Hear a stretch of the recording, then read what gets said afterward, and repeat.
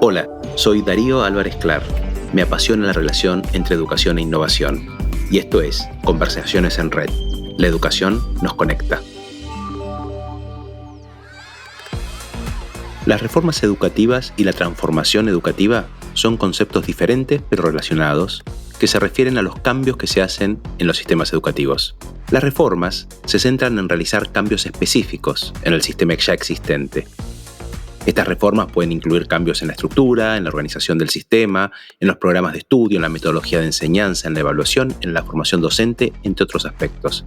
Las reformas buscan mejorar aspectos específicos del sistema educativo, pero no necesariamente implican una transformación profunda en la forma en que se concibe la educación. Por otro lado, la transformación educativa implica cambios más sostenidos, profundos e innovadores en la forma en que concebimos la educación, en la manera en que se estructura el sistema, busca crear un nuevo modelo que sea más inclusivo, participativo, crítico, creativo y relevante para las necesidades del mundo actual. La transformación educativa implica un cambio de paradigma en la forma en que se concibe la educación y en la manera en que se estructura el sistema educativo. Entonces, la principal diferencia entre las reformas educativas y la transformación educativa radica en el grado de cambio y profundidad que se busca alcanzar en el sistema. En este espacio de transformaciones educativas vamos a hablar de casos, de países, de ciudades, de instituciones o de proyectos. ¿Cómo impulsar la innovación en instituciones educativas? ¿Cuáles son los desafíos y las oportunidades que se presentan para hacer las cosas de forma diferente? Hoy, en Conversaciones en Red, nos trasladamos a España para hablar con Coral Roigí, directora pedagógica de la Escuela Virolai de Barcelona, un centro transformador e innovador. También hablamos con Pepe Menéndez Cabrera, asesor, experto en procesos de cambios educativos, gestionador de una red de cambios en el marco de Horizó 2020. Los invito a escuchar un diálogo muy enriquecedor, motivado por la certeza de que la educación puede cambiar el mundo. Y este es uno de esos casos en que la transformación empieza por la educación. Soy bióloga, pero me he dedicado siempre a la educación. Y esta es mi pasión, es decir, si me tuviera que definir, me definiría como educadora. En estos momentos estoy trabajando en la colaboración con otros centros en la transformación educativa. Creo que es tan urgente, tan prioritaria la educación, que hay que dedicar la mayoría de los esfuerzos y, por tanto, también la educación y transmitir y comunicar es mi pasión. Yo soy Pepe Menéndez. La verdad es que tengo también muchos años dedicados a la educación, aunque mi formación es de periodista. Y en estos momentos también la verdad es que disfruto pudiendo resultar útil como de retorno de todo lo que he recibido y de las experiencias que he podido tener, que he podido vivir, pues pudiendo acompañar a otros que también tienen el deseo de transformar, ¿no? Como decía Coral, la transformación es una pasión, porque la transformación es aprendizaje y si te apasiona el aprendizaje, pues también te apasiona esa sensación que en algún momento debió tener el ser humano cuando descubrió el fuego o cuando puso la rueda en marcha, sin querer ser ni mucho menos, digamos, pues soberbio, pero es entusiasmante poder ver cómo otros pues consiguen sus sueños y sus objetivos. Está más que claro. Bueno, se han presentado con una profundidad que es un gusto tenerlos. A Coral y a Pepe este encuentro, esta charla a la distancia. Y me gustaría empezar reflexionando con ustedes sobre esta idea de la transformación y la innovación.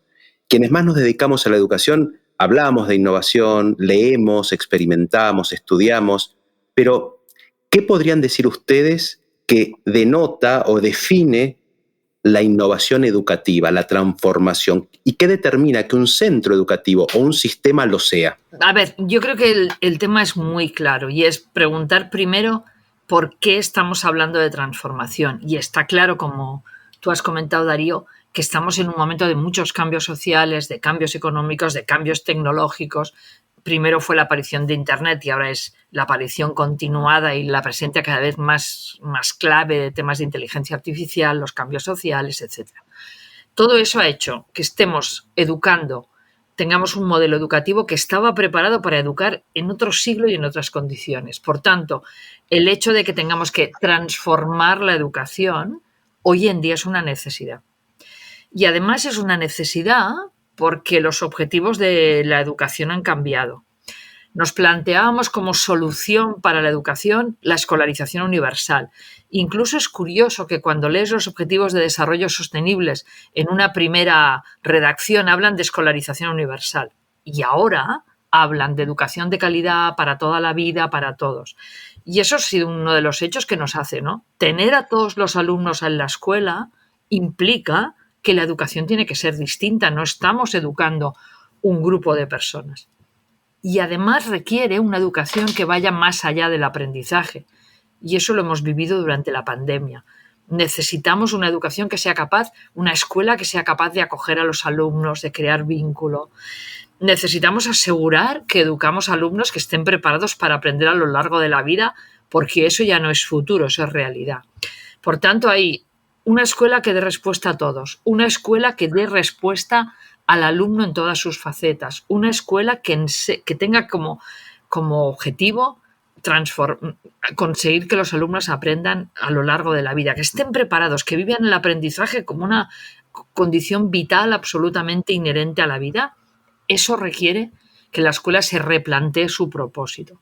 Ya no es formar para sacar un título, ya no es formar, es una formación distinta, es una finalidad distinta, es un propósito distinto. Y eso requiere que los centros lo primero que tienen que hacer es plantearse el porqué de la transformación. Es decir, por qué nos transformamos y a partir de ahí nos saldrá el cómo. Y a mí me gusta más hablar de transformación que de innovación, porque no es que todo lo bueno sea bueno, que todo lo nuevo sea bueno. Es que muchas veces lo que necesitamos a veces es revalorar y evaluar todas las propuestas que tenemos para asegurar que cumplen ese propósito distinto de la educación. Nos estás hablando nada más ni nada menos, Coral, de un sentido, de encontrarle el sentido a estos procesos, ¿no? De encontrárselo y dárselo. Estás hablando de un aspecto filosófico y profundo, que las cosas no sean ni modas, ni necesidades, ni urgencias. Nos está dando la clave de cómo se empieza por este proceso, ¿no? ¿Y para ti, Pepe? Pues mira, yo siempre he creído que la transformación al final es una especie de compromiso de responsabilidad, ¿no? Y ese es un compromiso o una responsabilidad relacionada con el crecimiento integral de la persona. Si tenemos en cuenta además que lo que estamos hablando en este caso es de la etapa de la infancia y de la adolescencia, a mí me parece que el compromiso de responsabilidad aún es mayor, porque la infancia y la adolescencia son etapas claves de la vida. Son etapas que luego van a determinar en lo positivo y en lo negativo todo lo que viene después. Incluso podríamos decir que lo que viene después puede costar más esfuerzo si se ha trabajado peor, si se ha trabajado o si se han tenido experiencias personales más traumáticas. O sea que a mí me parece que transformar la educación tiene que ver con este propósito de la escuela, propósito que estamos resignificando y que estamos volviendo a pensar porque, como decíamos, han cambiado las circunstancias de una manera mucho más vertiginosa que antes, ¿no? Por eso me parece a mí que cuando hablamos de qué es lo que determina que un centro o un sistema educativo trabaje desde esta perspectiva de innovación, de transformación, yo también sería partidario no de quedarme atrapado en las palabras, sino atrapado en el espíritu, en la filosofía de ese compromiso de crecimiento integral. Decía que lo que determina entonces es una convicción, ¿no? Y es estar siempre atento a dar las respuestas adecuadas. Fíjate bien que no digo las respuestas correctas, porque eso sería muy complicado y además es incluso soberbio. Pero sí que creo que las respuestas adecuadas a los desafíos que plantea la educación y el aprendizaje, ¿no? En esta conversación seguro que luego van a salir, pero ahora mismo nos podríamos ya arrancar con 15 desafíos que tienen que ver con la educación y el aprendizaje en estos momentos pospandémicos, en estos momentos también no solo pospandémicos, sino también de enormes cambios que tienen que ver con cuáles son las respuestas, con preguntármelo, con reflexionar, ¿no? Y que además, para mí, en educación, es muy importante que todas esas respuestas que proponemos, esos desafíos, sean los que creemos mejores y los que me produzcan mayores satisfacciones. Cuando digo me produzcan, no lo digo en un sentido individual, sino en un sentido colectivo. Aquello es con lo que la comunidad, en el fondo, piense, me siento satisfecho de este proceso de aprendizaje, me siento satisfecho de este proceso de crecimiento de las personas, ¿no? Por eso, en definitiva, ahora hablamos tantas veces de entornos de aprendizaje colaborativos, de trabajo en equipo, porque estamos diciendo que los desafíos son enormes y que se ha acabado la época aquello de un profesor brillante, una persona muy brillante. En educación, en medicina, en física, en política, en todo se ha acabado la idea de las personas individuales brillantes, sino la comunidad que es capaz de crecer, que es capaz de dar respuestas globales, como decía, también satisfactorias. ¿Qué es lo que determina también un centro? Pues que tenga docentes que tengan curiosidad por aprender, por investigar, por compartir. Al final, si el núcleo de una escuela es el aprendizaje, que todos los miembros de esa comunidad tengan el deseo de aprender. Pepe, nos hablabas de desafíos y escuchándolos a ambos y conociéndolos, conociendo el trabajo que ustedes han hecho y siguen haciendo cada vez más amplio, empezando en centros, yendo a redes y hoy, como decía Coral, colaborando con procesos en otros centros educativos y profesionales. Pienso que están hablando de un horizonte y es como decía Galeano, ¿no? El horizonte parece que uno se acerca y cada vez está más lejos. Este horizonte que ustedes describen como algo que han vivido y que han transformado, los dos han sido responsables de procesos muy interesantes e inspiradores de transformación en distintos centros y en distintas comunidades. Ahora, ese desafío también es ¿cómo se empieza? Nosotros en la red de la cual estoy a cargo, tenemos el mismo horizonte y a veces uno se pregunta cómo empezó todo esto. Entonces la pregunta es, ¿esos procesos de transformación se enseñan, se sueñan, se planifican, se contagian, se imponen, se desean? ¿Cómo es para empezar? Porque sabemos que hay muchos colegas que dicen, no sé cuál es el primer paso para llegar a ese horizonte, ¿no, Coral? Sí. Yo creo que además es una pregunta muy interesante porque es verdad que muchas veces a nosotros mismos, cuando yo era directora de la Escuela Virolai, muchas veces nos preguntaban ¿y por qué empezaste? Y muchas veces es cierto que en algunos centros se empieza porque hay un punto de resultados negativos, de poca matrícula, o sea, hay aspectos negativos, pero en otros muchos casos no es así. En nuestro caso no fue así. En nuestro caso fue darnos cuenta que habíamos caído en unas rutinas y formas de trabajar que no se adecuaban a lo que los alumnos necesitaban. Y es muy, muy interesante que fueron las mismas familias las que nos hicieron reflexionar sobre este hecho. El hecho de que en determinadas crisis económicas, como fue la del 2007, muchas familias tuvieron que reconvertirse y cambiar de trabajo, eso hizo que nos dijeran, yo quiero que mi hijo esté preparado para reconvertirse, que ese aprendizaje permanente, esa capacidad de incorporarse a nuevos puestos para estar preparado, sea un aprendizaje que mi hijo incorpore a la escuela, en la escuela. Y a partir de ahí nosotros iniciamos este proceso con un hecho que es fundamental. Primero, el liderazgo claro del equipo directivo. Y el liderazgo tiene que ser que realmente el equipo directivo tenga muy claro lo que quiere hacer, cómo lo quiere hacer. Pero eso no resuelve y ese es uno de los problemas que a veces nos encontramos en centros. El liderazgo tiene que ser un liderazgo que irradie rápidamente a todo el claustro y, por tanto, con un trabajo de subir y bajar los temas con los profesores para que cada profesor sea capaz de manera progresiva, evidentemente, ir incorporando todas estas propuestas de transformación educativa. También las familias y también, por supuesto, los estudiantes. Es decir, acaba, como comentaba antes Pepe, siendo un trabajo que irradia toda la comunidad educativa. Y eso es una de las cosas que hace que los procesos de transformación en un centro sigan adelante.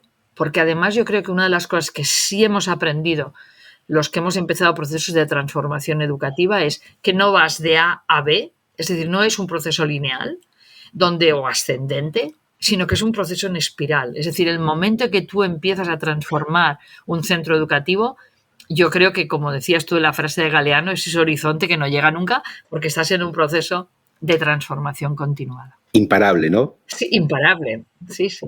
Mira, yo completamente de acuerdo en muchas de las cosas que ha dicho Coral, ¿no? La verdad, la mayoría de los manuales lo que dicen es que para empezar un cambio has de provocar una crisis, ¿no? Entendiendo por la palabra crisis no algo dramático, no una tragedia, sino precisamente evidenciando la insatisfacción de lo que ves, ¿no? Coral hablaba de eso. Nos dimos cuenta que la verdad es que en el proyecto de Horizonte 2020 de Jesuitas pasó lo mismo. Una sensación no de un año, ni dos, ni tres, sino de mucho tiempo de darte cuenta que, bueno, que había muchos estudiantes que iban entrando en procesos de desafección, otros que por situaciones, digamos, externas, pues acababan perdiendo la curiosidad, otros que también sentían que más que ir a una escuela parecía como que fueran a un lugar donde lo más importante es la disciplina, la obediencia, estar callado, otros que se vinculaban a, es que lo que me interesa es, a ver, este profesor que le gusta. Y todo eso en los docentes, si produce insatisfacción, si produce crisis, entonces, ¿cómo se empieza? Hombre, hablando de las cosas reales, no hablando de grandes palabras. La educación a veces está llena de grandes palabras con realidades mucho más mediocres, ¿no? Entonces, en realidad, intentando ver cómo esas realidades, si efectivamente están a favor de los impactos educativos que buscamos, si están a favor de los objetivos que perseguimos, ¿no? Y desde un punto de vista de mucha alegría, de mucho optimismo racional. No hablo enseguida hay gente que dice, bueno, a mí me gusta poner los pies en la tierra. Yo a veces le tengo un poco de cautela a esta expresión, porque digo, de los pies en la tierra a tenerlos bajo tierra hay muy poca distancia. O sea que es importante que tengas, en todo caso, la mirada hacia arriba para no vaya a ser que te entierren, ¿no? Entonces, ¿cómo se empieza? Con optimismo racional, con la convicción de que todos los alumnos tienen ganas de aprender, de estar bien, de vivir sus vidas, de vivir sus proyectos de vida. Y también se empieza compartiendo mucho. Esto también me parece que lo señalaba Coral, ¿no? Yo a veces cuando me preguntan cómo se empieza, yo digo hablando mucho y no del minuto siguiente, sino elevando un poquito la mirada, porque ya la vida de la escuela te obliga siempre a aterrizar enseguida, de una manera a veces, ahora sí, excesivamente brusca. O sea que se empieza, y desde ese liderazgo del que hablaba Coral, es un liderazgo que eleva la mirada, que te ayuda a pensar desde perspectivas diferentes, ¿no? Y también se comienza pensando que todos los miembros de la comunidad, todos los docentes, todos los alumnos, las familias tienen cosas que decir y cosas que aportar. Siempre que he tenido oportunidad de hablar con ustedes o con colegas o con las propias comunidades en las cuales tengo un rol activo, hablo de una mística, ¿no? Yo creo que la transformación tiene un costado de mística, y la mística, como todo lo místico, tiene algo que es una promesa de lo que sucederá y no tengo pruebas de que va a ser ahí. Entonces también se alimenta de la confianza, de cómo hacemos para ir caminando hacia ese horizonte que decíamos antes, y que el liderazgo es lo que lo lleva adelante. Entonces también me pregunto, ustedes en lo personal, como profesionales, educadores, gestionadores y sus equipos, ¿cuáles fueron las resistencias más fuertes que se encontraron para que los siguieran o para ir en ese camino? ¿Cuáles fueron las resistencias de las personas y de las instituciones? De las personas, en el inicio siempre hay algunas personas de los equipos docentes que tienen ese miedo a lo nuevo. Y yo creo que una de las cosas que va después ir provocando el cambio es que se empiecen a cuestionar. Es decir, igual pensarán que no saben si el cambio es bueno, pero solo que se empiecen a cuestionar que puede haber otra manera de aprender, que puede haber una escuela donde el alumno esté en el centro y que sea el alumno realmente el protagonista de su proceso de aprendizaje, eso ya hace que sus profesores empiecen a cambiar. Pero es cierto que uno de los procesos, por supuesto. Y yo ahí, cuando me preguntan, siempre digo lo mismo. Los directivos delante de estos procesos siempre tienen que focalizarse en los profesores proactivos y que tienen ganas de cambiar, porque se pierden muchos recursos y muchos recursos de tiempos y sobre todo se pierde mucho ánimo, mucha capacidad de elevarse del suelo, de soñar, cuando tú solo te focalizas en los que no trabajan, en los que no hacen, en los que no quieren cambiar.